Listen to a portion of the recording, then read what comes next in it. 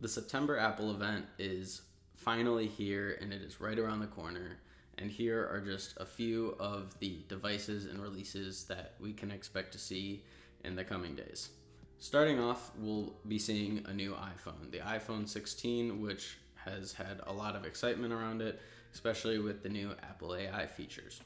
The iPhone 16 will be receiving the action button, previously only seen on higher model iPhone 15s, and for all models of the iPhone 16, we'll be seeing a new capture button, which will be used and customizable to open the video or the photo, and even possibly have rumored to have gestures so you can zoom in or out by just sliding your finger along the side of the phone. The iPhone 16 is also rumored to now have, instead of diagonal cameras, such as here on the iPhone 13, it will now have vertical cameras to allow for recording of spatial video, which is to be used with the new Vision Pro. Right now, we're looking at black, green, light pink, blue, and white as the colors on the base model in the iPhone 16 Plus. The iPhone 16 will also be getting the A18 chip to support the new Apple AI, and it will also be upgraded to 18 gigabytes of RAM as opposed to the previous 6 gigabytes of RAM that we saw in the iPhone 15. Moving on to the 16 Pro and 16 Pro Max. The 16 Pro and Pro Max will be receiving the capture button, just like the iPhone 16. On the camera side of things, the 16 Pro and Pro Max, the 48 megapixel ultra wide should be seeing some slight improvements to help in low light shooting, especially with that wide angle lens. There are some rumors that there might be a 5x lens coming to the Pro series, and we will see if that happens on Monday. As well, with the camera side of things, there is a rumor to possibly be shooting in 4K 120 FPS, which would be awesome for shooting slow-mo video. 4K slow-mo would just be really cool to see able to be done on an iPhone. Moving on, the displays in both the 16 and the 16 Pro Max will be seeing an increase. The 16 will be moving from 6.1 inches in the 15 up to a 6.3 inch screen in the base model. And then the Pro Max and the Pro display, well, the Pro Max will be seeing an increase from 6.7 to 6.9 inches, which should have a pretty considerable size increase if you compare it to a 15 Pro Max held next to each other. In terms of the OLED screen will be seeing some hopefully minor improvements just to increase battery life and to look a little bit brighter. And then both the 16 and the 16 Pro and Pro Max will be seeing some increased battery life. For colors on the 16 Pro and Pro Max, it's looking like we're going to see white, black, the natural titanium, and then kind of a weird bronzish brown color, which I don't know if I'm a fan of. Maybe we'll see when it hits the light. But really, that's it. Nothing too crazy for those.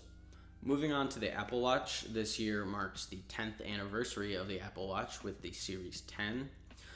We don't know if there will be any crazy improvements coming to the Series 10 over the Series 9. Maybe slighter bezel improvements and smaller sizes, thinner watches. Nothing super crazy at the current moment. As for the size increases on the watches, we should be looking at seeing, instead of a 41 and a 45 millimeter, we should be looking at a 45 to 49 millimeter. So a slightly bigger watch for your wrist if you choose to opt in for the larger option. But for those of you who enjoy larger watch faces, it should have a little bit more screen space for you to see everything that you need to see. One accessory that is seeing some update though is the AirPods. The AirPods Series 4, I believe, will be seeing two new models, a more mid-tier option and then a lower tier option, with the mid-tier option opting for active noise canceling and taking a more AirPod Pro design. It will share a very similar case to the AirPod Pros, including the same speaker and light for Find My.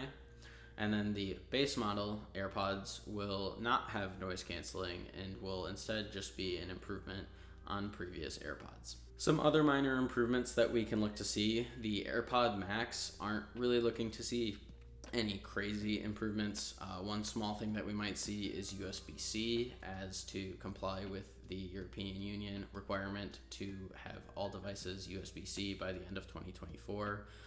Nothing really crazy there. That's pretty much it for the AirPod Max. And then the next thing would be the iPad mini. We might see an update for the iPad, but that might come at the later October release date that Apple also usually has. There's some small minor improvements that they could release there for the jelly scrolling and just colors and other general improvements. We should see the M4 series Mac get released in October, hopefully, and I think that the iPad mini will likely to see more updates around that time. As like the iPad mini, the base model iPad 11 hasn't been updated in roughly 2 years, so we could be looking to see new versions of the iPad as well. This is probably another later release date in October, as that's typically when Apple likes to announce these updates to their devices. Overall, we should be seeing some pretty exciting updates from Apple with this new phone. I know the previous few phone updates really haven't been anything crazy, but with the new screens, some interesting new color choices, and camera improvements, hopefully we'll be seeing a really cool iPhone model this year and something that is a bit more exciting and enticing for people to upgrade. I know that I'll be looking to get my hands on a 16 Pro Max as soon as I can, and really hoping that 4K 120 FPS comes out, because that would be really cool for making beautiful, beautiful, smooth content. Thank you for watching. If you have any questions, leave them down in the comments. If you like the video, please like the video and subscribe if you want to see more content like this. Thank you.